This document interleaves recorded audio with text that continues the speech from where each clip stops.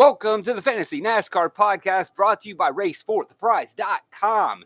Get yourself the Fantasy NASCAR spreadsheet, all the tools I'm developing every day, lap-by-lap data as well, the AI advancements that we are working on, racefortheprize.com. $20 for February. That's not going to hurt you, and it helps me out. PayPal, Venmo, Cash App, or just go ahead and $250 for the season to save you a bunch of cash. Today, Daytona Truck Series. Let's just go over who's had success, who finishes well in the super speedway plate races, who ends up in optimal lineups, who are the familiar names and teams. Ben Rhodes at the top of our list, 8 times with a top 6 DFS score, basically optimal 8 and 20. So yeah, he fails occasionally, but a 40% success rate is near the top, especially when you factor in he has raced in many, many more super speedway races than most of the field. I think that experience is important. Enfinger at a little bit lower rate, 5 out of 20. Now, one of the things worth mentioning when we look at these top-tier drivers with top-tier crew chiefs on the top-tier teams, they're often going to start a little closer to the front. And so it's not so much a matter of, can this guy win? Can this guy get a top 5, which is necessary because we want to fill our finishing position bucket. But do they have access to the bucket of points called a place differential? And whereas Enfinger and Rhodes could often get good results, and we see some pretty strong finishes here from Ben Rhodes, second. Can he get enough place differential points? Well, based on his optimals, you probably can make the argument that even if he does start in the top 10, if he wins the race, he's likely to squeeze into that top 6 and score 50 or so fantasy points, which should put him above the cut line. Won't be completely comfortable, but to be honest, think about your comfort levels rostering some of the guys in the back. You're not going to be comfortable with any of your stack in the back options. So why would you be comfortable with Ben Rhodes up front? Now, if you want to make an argument for cash games and fading Ben Rhodes starting up front and just simply stacking in the back, I'm with you on that. But if you're trying to win a GPP and we're looking at comfort level of rostering a driver in the back versus Ben Rhodes starting in the top 10 or top 15, if we're looking at probability rates, I would say that you probably should be more comfortable with a Ben Rhodes or Grant Enfinger. You are probably looking at a higher probability. I mean, obviously, when we look at these optimal lineups, 8 times out of 20, 5 times out of 20. Now, I'm using top 6 because we're drawing data from races that weren't a part of DraftKings fields in eras before there was, it's not too many, but days before Truck Series DFS, but definitely going to be options. It's just going to be a matter of, is there a spot where they're going to be too close to the front that you're not going to feel comfortable? If they start in the top 5, then you're going to have to convince yourself that this driver's going to lead a lot of laps, which Ben Rhodes and Grant Enfinger are very capable of doing. But I would feel much more comfortable with him in 10th than I would 5th. And maybe if I'm looking to min cash, I'm likely not going to go in that direction. Depends on where you want to sit. Do you want to go for broke? Want to min cash? Are you doing cash lineups? But still, the tried and true method is typically just stack in the back. There's more than likely going to be plenty of good enough trucks, good enough drivers starting in the back, and you just hope that you select the 6 that survive the mayhem and madness of Truck Series Super Speedway racing at Daytona. Go away. Corey Heim, 3 out of 8. That's really not that bad. We know it's a strong Tricon truck, very capable of leading laps. My fear would be that going into this race, is he's going to qualify really close to the front, and he's going to be in that same bucket of crabs with Ben Rhodes and Enfinger, where it's, man, do I really want to roster these guys? I mean, can they score any points? Spencer Boyd, been pretty good. 25% rate. Obviously not the best, but being who Spencer Boyd is, a one-time Talladega winner, put some respect on the name for Young Motorsports. Now, I get there will be questions with his Freedom Racing Enterprises jalopy, but if this truck is ever going to be sound, it would be at the beginning of the season when they've been working on it for months. And if there was a truck where Boyd and his team would really want to put something together, this would be it. And if there was a race where, even if they didn't build the best equipment, Daytona would be it. Last but not least, they're going to get practice time. And so they're going to get a good idea if they didn't dot some of their I's and cross some of their T's. That's definitely going to be very beneficial to teams like Freedom Racing and Timmy Hill. Now, I don't expect Timmy Hill and Freedom Racing to go out, pack race, or put a bunch of laps down, but at the very least, if there's an issue with the engine or their mechanical setup, they're going to be able to identify that now, rather than go out for one qualifying lap and realize, oh, the car's junk, we just lost. So I definitely will boost those guys up, and I don't expect them to qualify well. I guess that where I stand then is, if we always stacked in the back, and we were stacking in the back in eras where, and it was profitable, in eras where they didn't get practice and you ran the risk of mechanical failures, now going into a season, getting a little bit of practice time, you can probably boost those drivers up that are in the back, and thus maybe go more towards stacking the back and lean away from a Rhodes, Infinger, or a Heim. Now, there's a counter argument to that. It's that, okay, well, if these guys have better equipment, they're in a better situation, will they be more aggressive? And we could see that from some of our stack in the back punts, if that's what you would like to call them.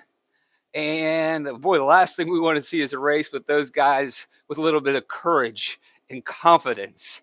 That courage and confidence will go out. And I mean, it's not unusual for these clowns, I want to say clowns, I'll say clowns, to go out and wreck on lap 3 of the Daytona, not spring race, the Daytona race. I guess it's the Daytona spring race. It's the only Daytona race. So keep your eyes out for that. It is pack racing too, and you have a lot of these guys that haven't really done a lot of it. Maybe they did some in the ARCA series. You know, it's truck racing, baby. By the way, where I stand right now, I feel fine rostering too much Boyd or too much Hill. Kligerman, very confident, comfortable pick, very knowledgeable. 3 out of 9. You can look at his last results: Daytona, 5th place, 2 top 10s at Talladega.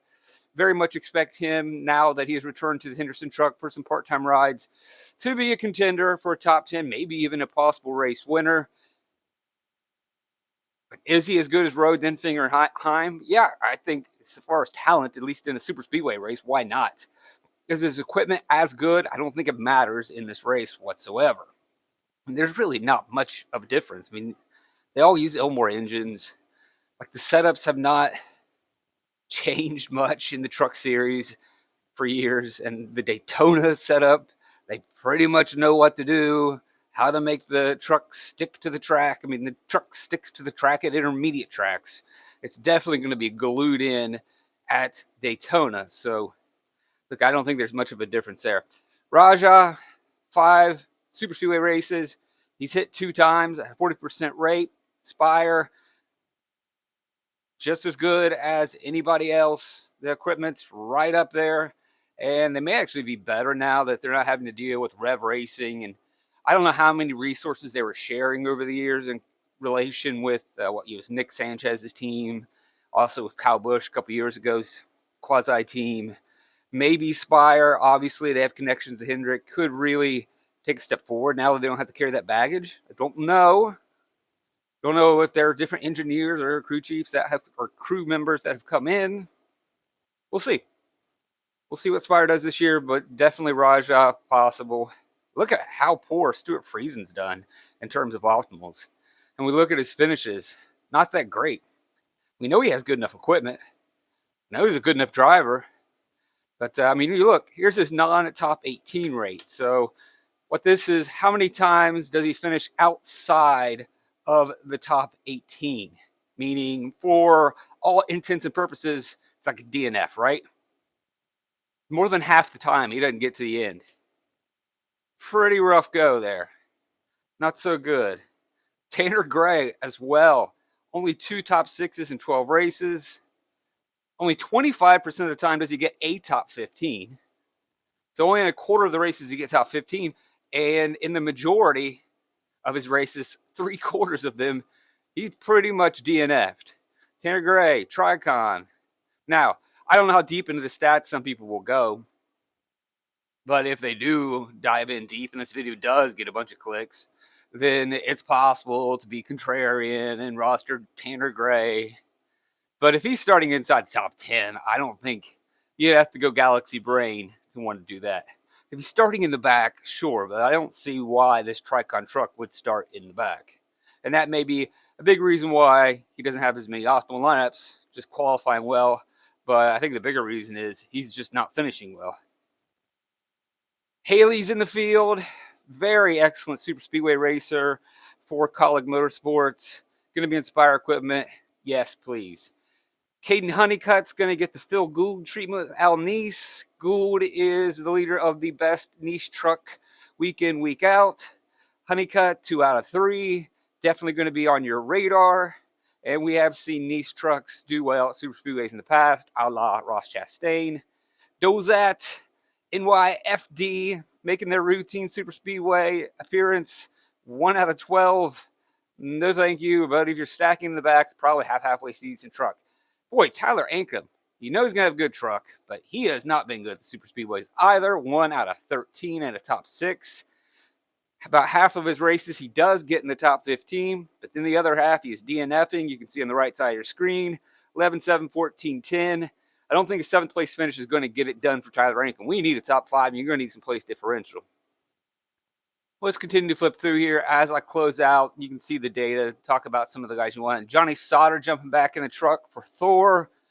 Talk about not being optimal, 1 out of 18. Now, he did technically win that super speedway race at Talladega where Spencer Boyd got the win, but he went below the yellow line. His recent performances make you worry, but I would want to check and see what specific equipment he was in. Not that it really should matter that much. He'll have better equipment this time, but even if you just go back his last 18 races, half the time he's DNFing, so you're not super pumped about that either. Chandler Smith, welcome to the show. Front Row Motorsports. Never really great during his days in the truck series, but he's got pretty good equipment again. He does have some solid finishes, though. Actually, he was good for Kyle Busch Motorsports. I think he almost won a couple. He might have won one. But the issue you're going to run into is if he qualifies too close to the front. Not so much as talent, but look, he doesn't have as much competitive advantage as he would on a regular week because it's a super speedway race. All right, that'll do it. Just quickly running through some of the drivers. Hopefully this was helpful. Again, racefortheprize.com. We got spreadsheets. We got lap by lap data. We got all kinds of new tools I'm inventing every day. Databases, AI analysis. This is just the beginning. Coming up with new things every day.